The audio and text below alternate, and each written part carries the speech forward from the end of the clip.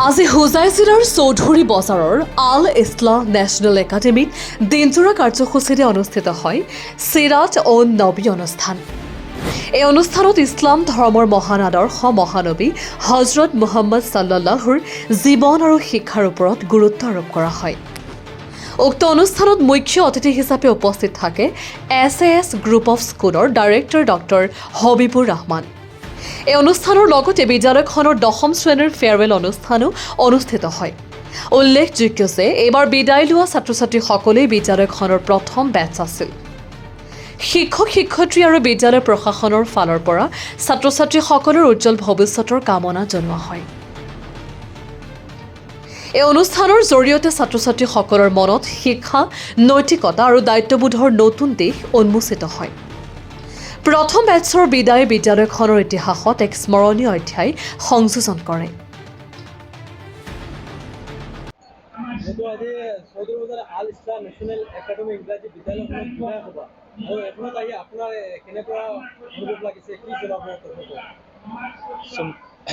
Thank you.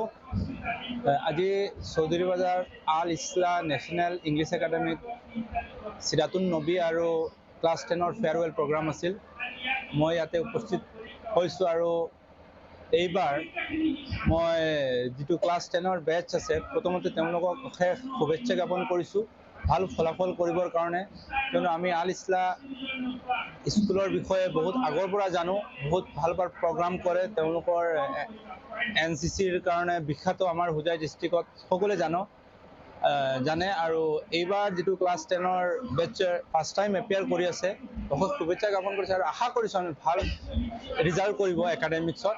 আৰু বাকী ষ্টুডেণ্টবিলাকৰ যিটো পাৰফৰ্মেঞ্চ আৰু যিটো পৰিৱেশ অত্যন্ত সুন্দৰ আৰু নিশ্চয় আমি এইটো জানো যে ইয়াতে ভাল পঢ়া শুনা দিয়া হয়, বহুত ডিচিপ্লিন শিকোৱা হয়। সেইকাৰণে ইয়াৰ ষ্টুডেণ্টবিলাকো বহুত ডিচিপ্লিন মই দেখিছোঁ। সৰু সৰু বাচ্চা থাকিলেও ষ্টেজত বহুত ধুনীয়াকৈ আছিলে আৰু বহুত ভাল লাগিছে। আৰু আশা কৰিছোঁ আল ইছলাহ আৰু আগুৱাই যাব আৰু আমাৰ দোৱাও আশীৰ্বাদ আছে আল ইছলাহলৈ আৰু আগুৱাই যাব। ছাত্ৰ ছাত্ৰীসকল বহুত ডিচিপ্লিন, মই কৈ আছোঁ। ফাৰ্ষ্ট কথাটো হ'ল ডিচিপ্লিন যদি থাকে ষ্টুডেণ্টবিলাক, তেতিয়া টিচাৰসকলে ভালকৈ পঢ়াব পাৰে আৰু ভালকৈ পঢ়ুৱালে ভাল ৰিজাল্ট হয়। আৰু যিহেতু ফাৰ্ষ্ট ফাউণ্ডেশ্যন যিটো ষ্টেপ, সেইটো ডিচিপ্লিন আৰু তেওঁলোকৰ যিটো ইণ্টাৰেষ্ট, তাৰপিছত প্ৰনাউন্সিয়েশ্যন, স্পিকিং সকলো ক্ষেত্ৰতে চাৰিওফালে ভাল। Thank U. আচলতে ছাৰ, আজি যিহেতু বিদায় হৈছে ছাত্ৰ, আৰু আপুনি কি জনাব?